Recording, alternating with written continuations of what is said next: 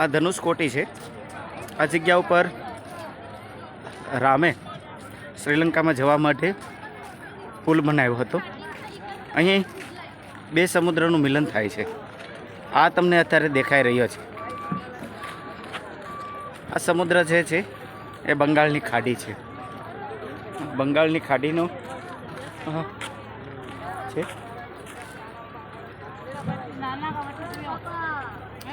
અહીં તમે જુઓ કે ડબલ કલર તમને દેખાઈ રહ્યા છે સમુદ્રની અંદર।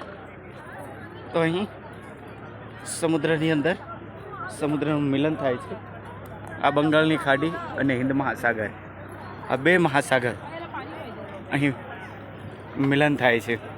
તમે જોઈ શકો છો હિન્દ મહાસાગરની જે લહેરો છે એ આ બાજુ આવે છે અને બે લહેરો જોવાય છે।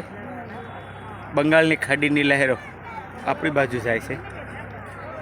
એક અદ્ભુત નજારો જોવા મળે છે। સુંદર મજાનું દ્રશ્ય છે। આ હિન્દ મહાસાગર, આ બંગાળની ખાડી એ અને અહીં સુંદર મજાનું મિલન।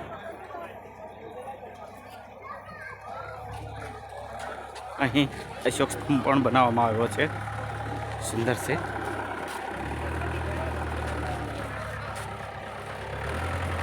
સુંદર સ્થળ છે, જોવાઈ રહ્યું છે।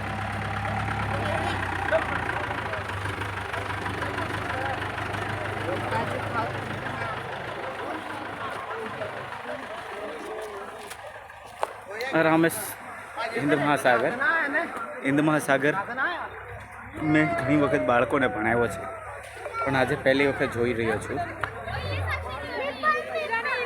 અહીંથી શ્રીલંકા માત્ર 18 કિલોમીટર છે।